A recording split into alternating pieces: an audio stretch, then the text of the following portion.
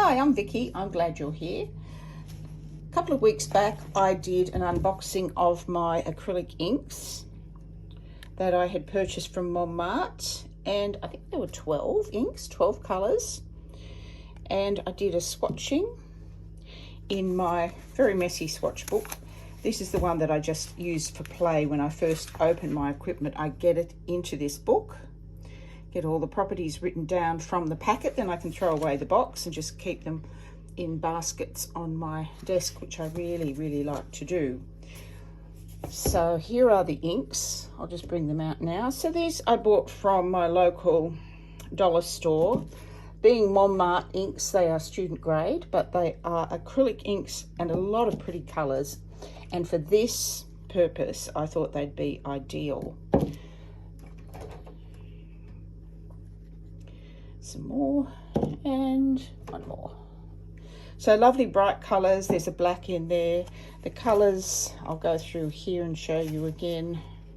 Phthalo blue, bright green, burnt umber, black, sap green, white, scarlet, cadmium yellow, violet, yellow ochre, teal and orange. And I always make sure to write the properties that are on the box, the name, the brand, everything in this messy swatch book, so that when I'm looking for some media, I know what I can do with it and where I can find it and what it looks like. So the project we're doing today is some dip dyed tissue paper. So I'm just going to fold it into rectangles. And this paper was wrapped around some lovely pottery I bought at the weekend. And the sales assistant wrapped about 10 sheets around each of the pottery mugs that I purchased. So I had lots and lots of this used tissue paper, and I thought, oh, I really want to upcycle this and make something cool with it. So fold it into rectangles, and we're going to dip each of the edges into the acrylic ink. And I'll show you how to do that right now.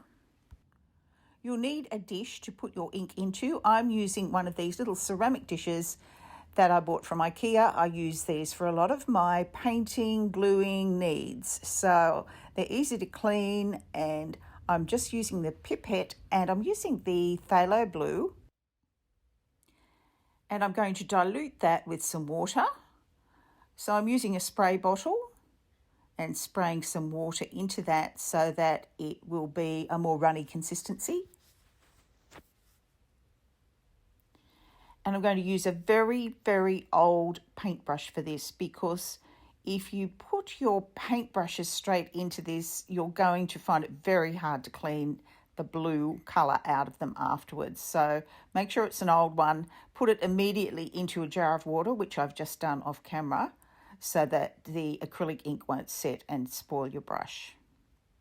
Bit more water. And I'm going to clean up any overspray where any of that blue ink's landed on my desk with just a tissue while it's still wet.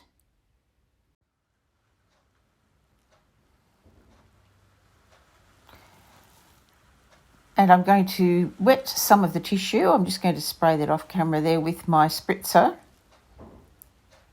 just so that it can take the ink a little more easily. And dip away.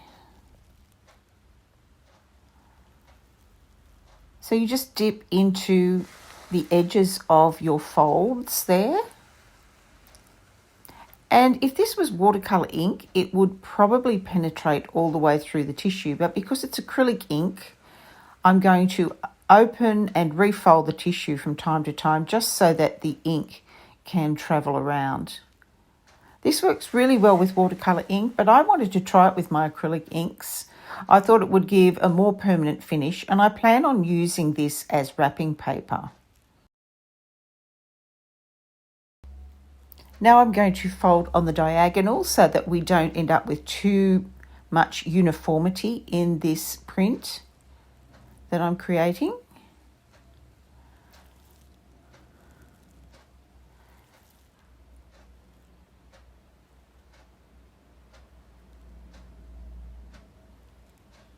And I definitely recommend wearing gloves for this. I wouldn't attempt this without gloves, because the ink will really dye your fingers and you'll have problems getting it clean.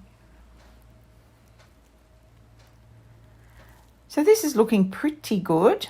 I think this should probably work. There is the phthalo blue that I've used.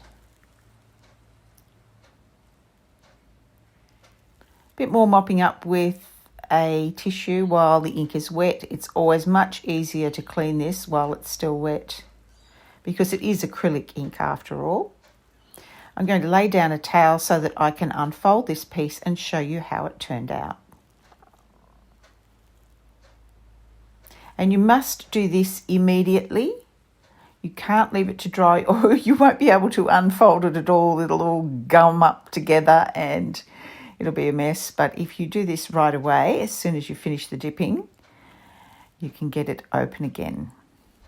And I love the variability of the design on this. It's really interesting. It's not like I've just dyed squares on a piece of paper. There are some blank pieces, there are some coloured pieces, and this adds to the charm of the piece. If you decide it's too blank, you can go back and refold and re-dip. But I really like what I have there. I think it's looking pretty good. There's a few blank areas. And it's easy enough to refold, as long as you keep it moving before it completely dries.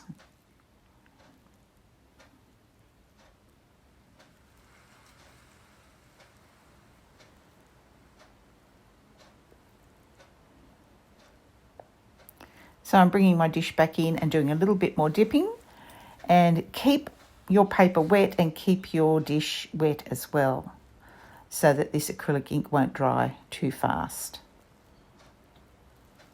You can see how easy it is to unfold and refold in a different direction.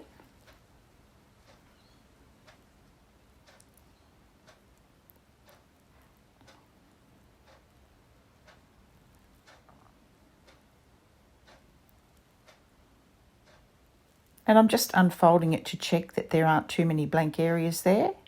This area looks as though it can be dipped as well, so I'll dip that in. And I really like the fact that I'm using up all of the ink. I'm not wasting any here. So there's virtually no ink left now. Let's see what we have. Here's the reveal.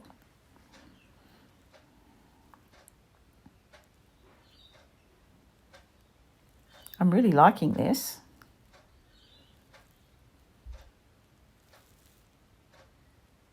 I love printmaking. It's something I really enjoy doing, and this is just another form of making a print. It's a very simple method, a very ancient method of printing on paper, this dip dye technique. And I love that. I think it looks really cool. It looks very handmade. And I'm just going to leave it to dry on the towel. Depending on the weather, it will probably take a couple of hours to dry. And I plan on using it to wrap a gift. So I'm going to wrap the gift first in some butcher's paper. And I buy this in a roll from Kmart, wrap my gift, and then I can gently use the tissue to wrap around it. Thanks for watching. See you again next time. Bye.